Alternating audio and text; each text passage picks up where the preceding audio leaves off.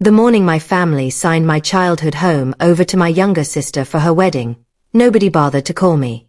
I discovered the betrayal through an automated email containing a wedding photographer's invoice, forwarded to me simply because I managed the household finances.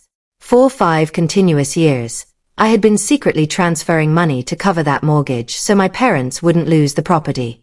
They gave it away in a single afternoon without even mentioning my name.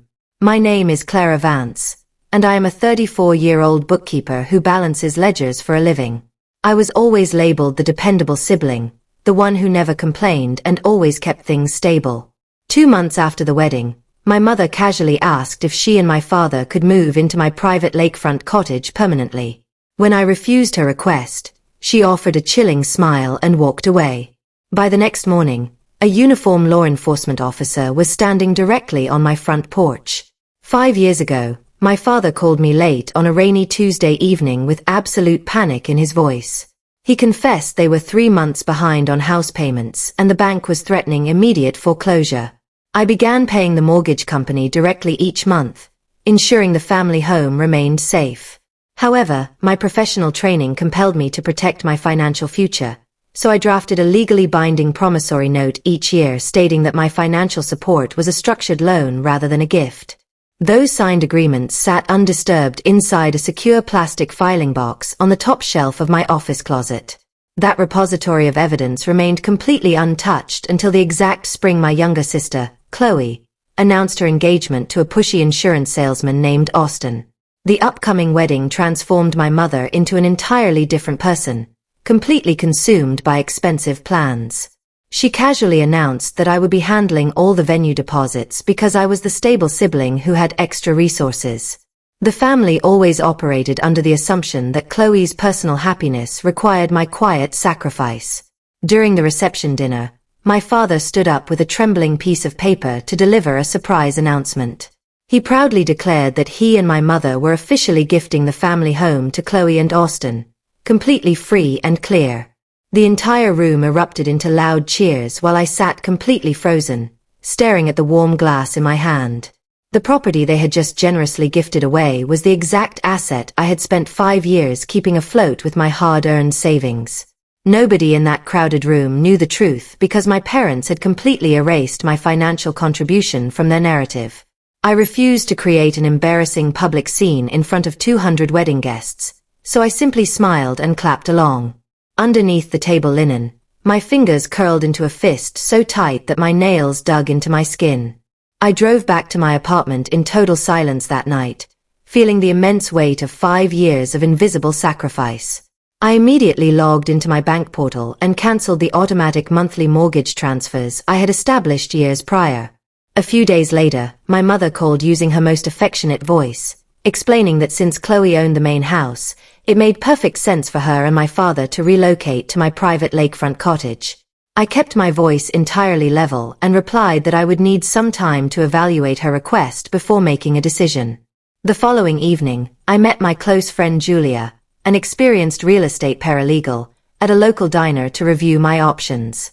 Julia confirmed that the lakefront property belonged entirely to me, with absolutely no legal claim existing for my parents. She advised me to stop hiding the financial reality and let the legal paperwork speak entirely for itself. On Saturday morning, I drove out to the lakefront cottage to secure the property ahead of a predicted weekend storm. When I pulled into the gravel driveway, I found my parents' sedan parked directly next to Austin's massive black truck. My mother was standing on my covered porch with a long metal tape measure, actively taking dimensions for new window curtains. Chloe and Austin were already lifting a heavy ceramic table lamp out of the vehicle trunk. My mother turned around and offered a delighted smile, completely unbothered by the fact that she had entered my property without permission. I stepped out of my car and quietly demanded to know what everyone was doing at my house.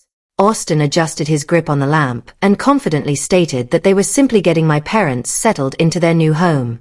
He added that property should naturally go to the family members who actually need the space.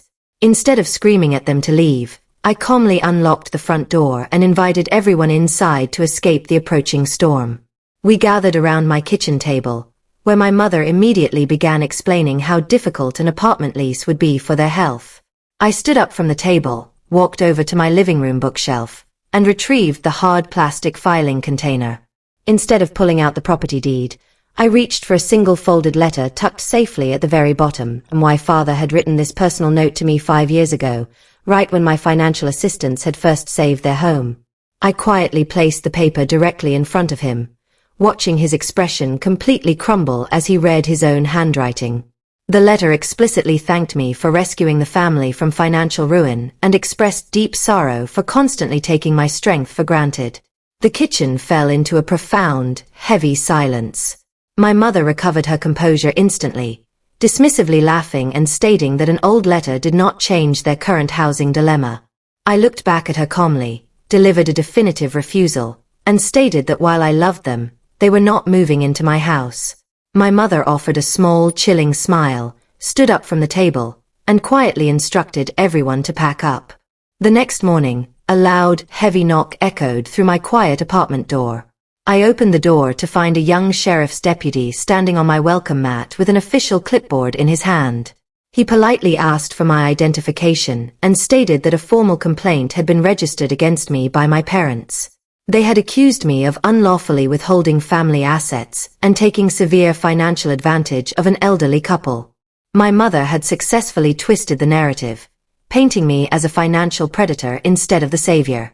I remained completely calm, understanding that reacting with visible anger would only make me look guilty to law enforcement. I invited the officer inside, walked directly to my private office, and returned with the original property deed. The deputy carefully reviewed the official documentation, confirming that I was the sole legal owner of the lakefront property. He relaxed significantly, realizing that the emergency dispatch was actually a private domestic dispute rather than a criminal act. Before leaving, the officer quietly noted that the individual holding the clean deed is rarely the one committing financial manipulation. 2 days later, a panicked phone call from Chloe revealed that Austin had devised the entire plan to force my compliance. Chloe whispered that our mother was completely furious and was currently organizing a massive family intervention at my lakefront property.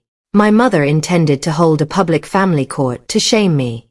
I arrived at my lakefront cottage on Saturday afternoon to find my aunts arranged in a semicircle on my back patio.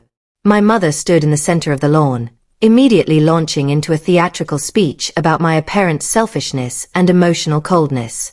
I walked onto the grass without raising my voice, opened my canvas bag, and calmly distributed the documentation folders to everyone present. I handed the final packet to the visiting deputy, completely bypassing my mother. Those folders contained 5 years of bank statements, the clean house registry, and my parents' own signed loan agreements. When my aunts read the financial reality, the yard went completely silent. The deputy closed his folder, looked directly at my mother, and sternly warned her about the legal consequences of filing false police reports. My mother completely lost her composure, screaming that I had been secretly collecting evidence against my own blood. I looked at my sister and calmly announced that I had no intention of seizing her new house or pursuing legal action. I offered to completely forgive the entire 5-year debt under 3 strict, written conditions. First, my parents had to permanently respect my financial independence and cease treating my personal assets as communal family resources. Second, they had to establish a realistic retirement budget based exclusively on their actual income. The final condition required a sincere, public apology delivered in front of the exact relatives who had gathered to judge me. My father signed the document first, tearfully apologizing for allowing me to carry the family's financial burdens alone for so many years. My mother stood at the edge of the lawn, fighting the reality of her broken narrative. Realizing she had completely lost her audience, she signed the paper and delivered a stiff, difficult apology.